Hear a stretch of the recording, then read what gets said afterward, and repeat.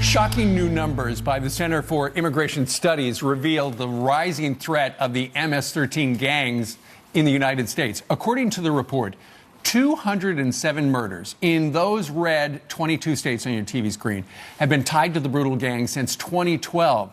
The gang exploding during President Obama's open border policies. If we can't keep our border secure, how are we supposed to keep America safe? People are wondering. Joining us right now is the Director of Policy Studies at the Center for Immigration Studies, Jessica Vaughan. Jessica, good morning to you. She joins us from Burlington, Vermont. This gang really burst into the American consciousness during the Obama years because of why? Well, yes, the gang had been here before, but definitely had a rebound during the Obama years because, first of all, immigration enforcement declined in the interior of the country deliberately under the Obama administration. They put restrictions on ICE officers on who they could arrest.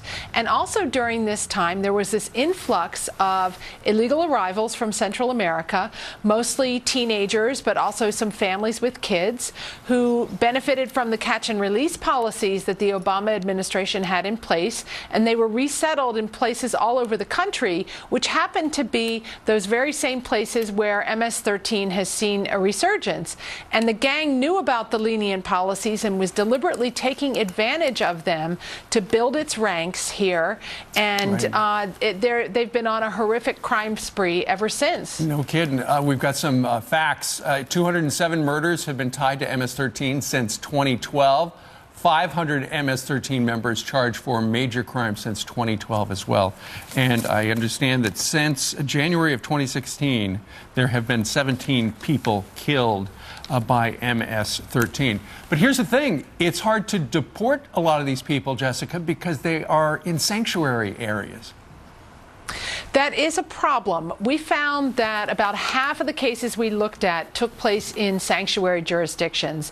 And these places are a magnet for illegal settlement, and especially for transnational criminal organizations, because they know that police are forced to look the other way at their immigration status. They can't work with ICE. So that's a great deal for them. It gives them sanctuary. You've got to like the proposal by Lee Zeldin, a congressman from the great state of New York. He's introduced protecting our communities from gang violence. It would revoke the citizenship of people who acquired citizenship and were involved in a gang like MS-13. Does this bill have a chance to make it to the president's desk? I think it might, because the House is going to hopefully be moving on some good immigration legislation, the Goodlatte bill, Securing America's Future Act. And I think it's important to include this provision to denaturalize gang members. We don't want them being citizens if they benefit from an amnesty or marry an American citizen. It's a good tool for immigration to have, and there may be a way to do that. Let's see what happens. Jessica Vaughan, thank you very much for joining us today from Vermont.